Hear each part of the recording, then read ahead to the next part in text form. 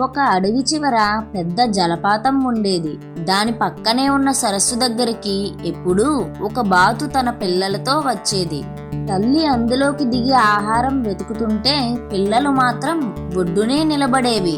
అక్కడి నుంచి తల్లిబాతు అందించిన ఆహారాన్ని తినేవి. ఒకరోజు తల్లిబాతు, మీరు పెద్దవాళ్ళు అవుతున్నారు, నాతో పాటు సరస్సులో దిగి ఆహారం సంపాదించుకోవడం నేర్చుకోండి అంది. అమ్మా, అందులోకి దిగాలంటే నాకు చాలా భయం అని సమాధానమిచ్చింది ఒక పిల్ల. నువ్వుండగా నేనెందుకు ఆహారం వెతుక్కోవాలమ్మా? ఎలాగూ నువ్వు తెస్తున్నావు కదా, ఇక్కడే హాయిగా కూర్చొని తింటాను అంది మరో పిల్ల. ఈ మాటలు విన్న తల్లి, పిల్లలు ఇలాగే ఉంటే చాలా కష్టం, ఎలాగైనా వాటిలో మార్పు తీసుకురావాలనుకుంది. వెంటనే వెళ్ళి ఇదే విషయాన్ని కుందేలుతో చెప్పింది.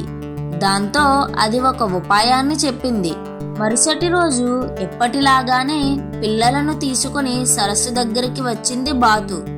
అవి ఒడ్డు మీదే కూర్చొని తల్లి తెచ్చే ఆహారం కోసం ఎదురు చూస్తున్నాయి. కాసేపటికి ఒక్కసారిగా దూకింది కుందేలు. అది చూసి ఏంటోనని భయపడి సరస్సులోకి దూకేశాయి బాతు పిల్లలు. ముందు కంగారు పడినా తరువాత హాయిగా నీటిలో ఈదాయి. కనిపించిన చిన్న చిన్న పురుగులను, చేప పిల్లలను నోటితో అందుకోసాగాయి. దూరం నుంచి వాటిని గమనిస్తున్న తల్లిబాతు చాలా సంతోషించింది.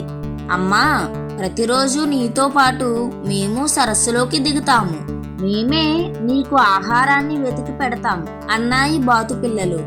అందుకే ఇన్ని రోజుల నుంచి ఒక్కసారి లోపలికి దిగండి అని చెబుతున్నాను. ప్రయత్నం అంటూ చేస్తే అది బాగుంటుందా లేదా అనేది తెలుస్తుంది అంది తల్లి బాతు. ఇక నుంచి నువ్వు చెప్పినట్లే వింటాం అమ్మా అన్నాయి బాతు పిల్లలు.